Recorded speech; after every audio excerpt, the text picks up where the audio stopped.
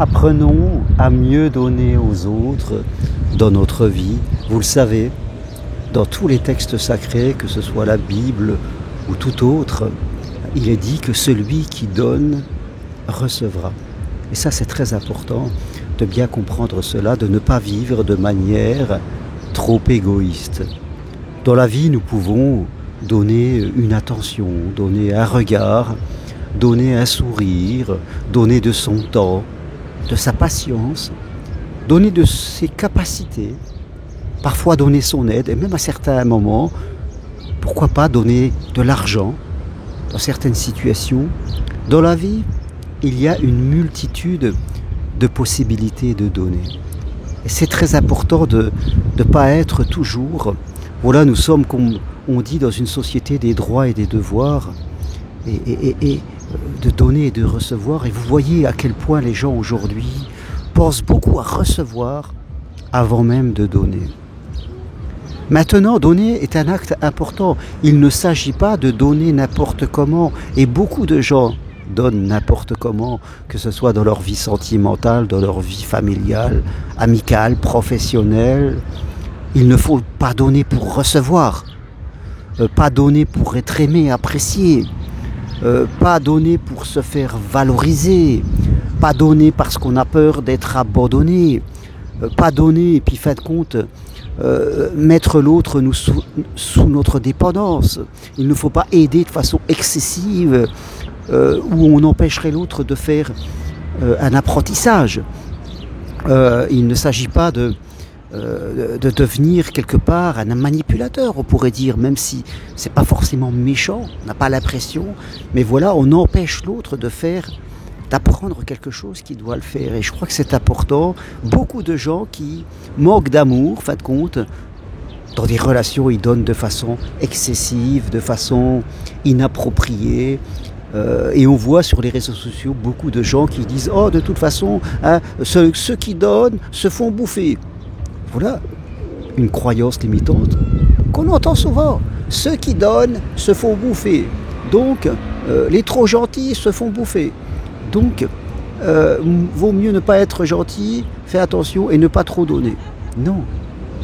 Celui qui dit les trop gentils se font bouffer, c'est automatiquement qu'il y a des attentes, que la personne est conditionnelle, qu'elle donne pour recevoir. Celui qui donne et qui n'attend rien, qui donne de manière équilibrée, jamais ne tiendra ce genre de discours. Parce que ça partira de son âme et pas de son ego. Alors que ceux qui sont insatisfaits, qui finissent par critiquer les autres, donnent à partir de leur ego, à partir d'attentes qu'ils ont, à partir de peur de ne pas recevoir. Voilà, posez-vous cette question. Pourquoi je donne? Est-ce qu'une partie de moi attend quelque chose? Alors nous sommes des êtres humains, nous sommes imparfaits. Il y a toujours peut-être une petite partie de nous qui attend quelque chose. Mais faites attention de ne pas être dans une exagération, parce que celui qui donne pour recevoir finira automatiquement par être déçu. Et dans la vie sentimentale, ça nous impacte de façon directe, parce que la vie sentimentale, c'est l'idée d'aimer et d'être aimé. Et quand on doute de soi, eh bien tous les comportements qu'on va développer, parce qu'ils seront basés sur un doute, sur une peur, sur une manque, tous nos comportements eh bien, seront disharmonieux et on va créer plutôt de la mésentente. Donc c'est important, apprenez à mieux donner, laissez l'autre vous demander, ne soyez pas dans le sauveur, donnez de manière inconditionnelle, sans attendre, de multiples façons.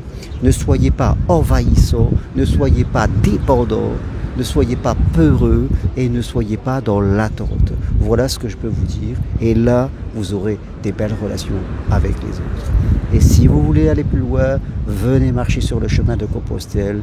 Du 31 juillet au 4 août, il reste une place. Prenez-la et vous verrez que vous vivrez une expérience magnifique, spirituelle, pour changer. Dans la vie, vous le savez, on ne peut pas changer en simplement regardant des vidéos et après retourner dans sa vie et faire plus ou moins la même chose. Je crois qu'il faut oser faire des choses qu'on a envie de faire et qu'on ne fait pas par timidité, par peur, par habitude. par repousser à plus tard.